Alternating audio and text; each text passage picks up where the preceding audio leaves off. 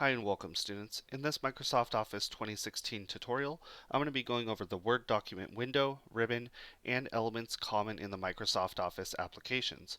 If you're somebody here who is watching a playlist of mine, this video is going to be very important because I'm going to go over all of the language that I use to explain the tutorials. That way you don't have to constantly be looking at my screen, but rather you could be looking at your own screen and just listening. So let's get started. So you'll see here that I have a blank Word document open. And I'm going to use Word for this example, but it applies to Excel, Access, PowerPoint, Outlook, or even Publisher. All of these applications use the same basic look. And so this is our window right here. Up here, you're going to see your tabs, which are the Home, Insert, Design, Layout, References, and these will change depending on the applications. So whenever I go over anything in any of these Office applications, you're going to notice that I use the word tab a lot, and that's always referring to this top row of information. The bottom part of this down here, it shows one word for all of the buttons inside. That's called your group right there. And then in between those is buttons, okay, or are buttons. And so what these buttons do is they are the ones that actually perform the actions on your documents. And so this whole area from the tabs down to the groups and all of the buttons in between is called the ribbon, okay? These are the main tabs up here at the top that you'll notice for Word, okay? And again, these ones will not change no matter what. And so the main tabs on any application that you're working on will not change, all right?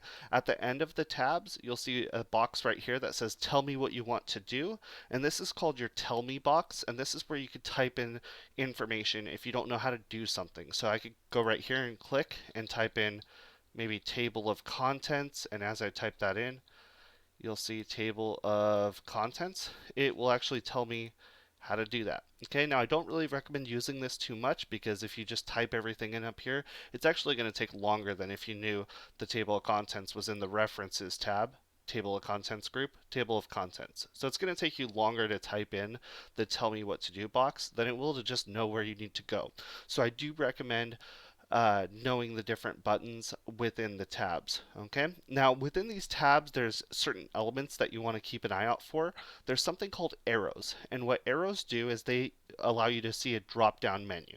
So I'm going to go to the Home tab, and in the font group, look at this uppercase A with the lowercase a, and then you'll see the arrow next to it. If you click that arrow, it's going to expand a gallery, and so this will show you all of your options within here. You'll notice that a lot of options within Word have an arrow, and even sometimes the arrow is more important than the actual button itself. You'll notice this in the Home tab, font group, this button right here. This is the font color button. The font color button is always set to default red, but how many times are you actually changing a color to red? Probably not a majority of the time, so most of the time you'll be using the arrow right next to it. Okay, and so another thing to note that Microsoft Office uses is what's called a gallery. Okay, and so the gallery is right over here. You'll see in the Styles group in the Home tab. This is a gallery.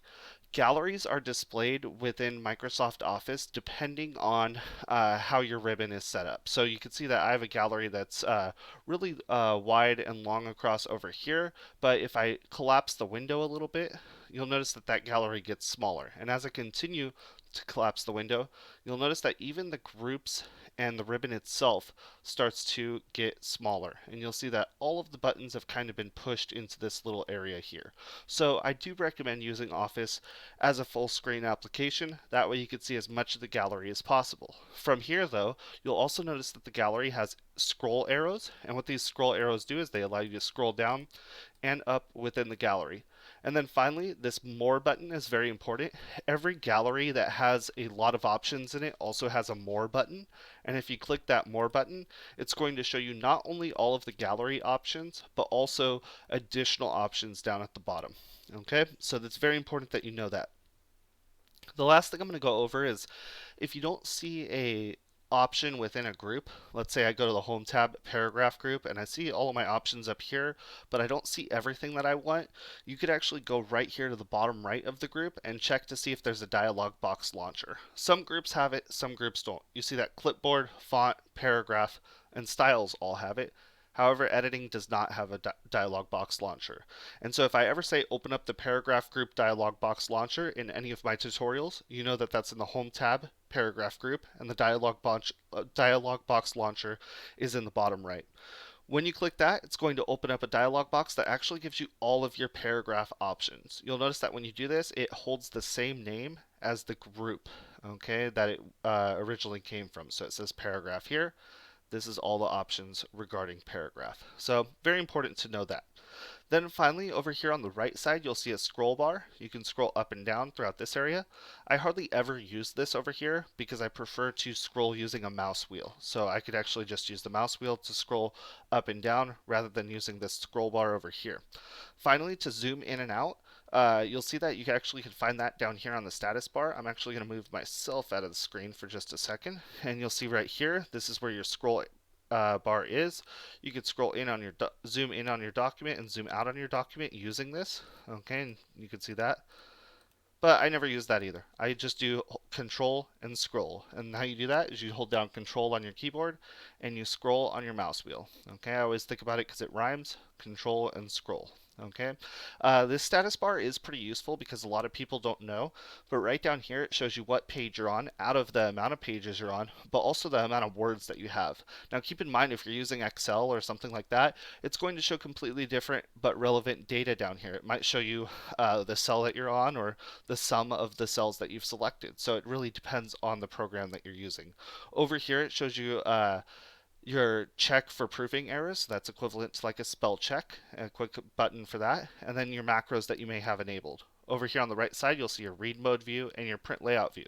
So there's a lot going on here in terms of your status bar. Okay, so we've explained what the scroll bars, status bar, and ribbon are, and as well as dialog box launchers. So one other thing that I wanted to go over is the mini toolbar, and the mini toolbar will appear when you do certain things in Microsoft Office. And so if I type in national monuments and I press enter and I highlight it, you'll notice that right here we can see that this is the mini toolbar. This gives you some of the font and paragraph options that you may not otherwise have seen. And so if you see here, and to get that, again, you double click or highlight, and so that will pop up. Okay, so that's your Microsoft Office window. That's how I'm going to teach throughout all of my playlists on this channel. So remember, the ribbon is up at the top. I'm going to use tabs, groups, and buttons to explain where to go. That way you're never constantly looking in the wrong area for individual buttons. So hopefully this video has been helpful for you. If it has, please give it a thumbs up and consider subscribing to the channel. Thank you so much for watching and have a great rest of your day.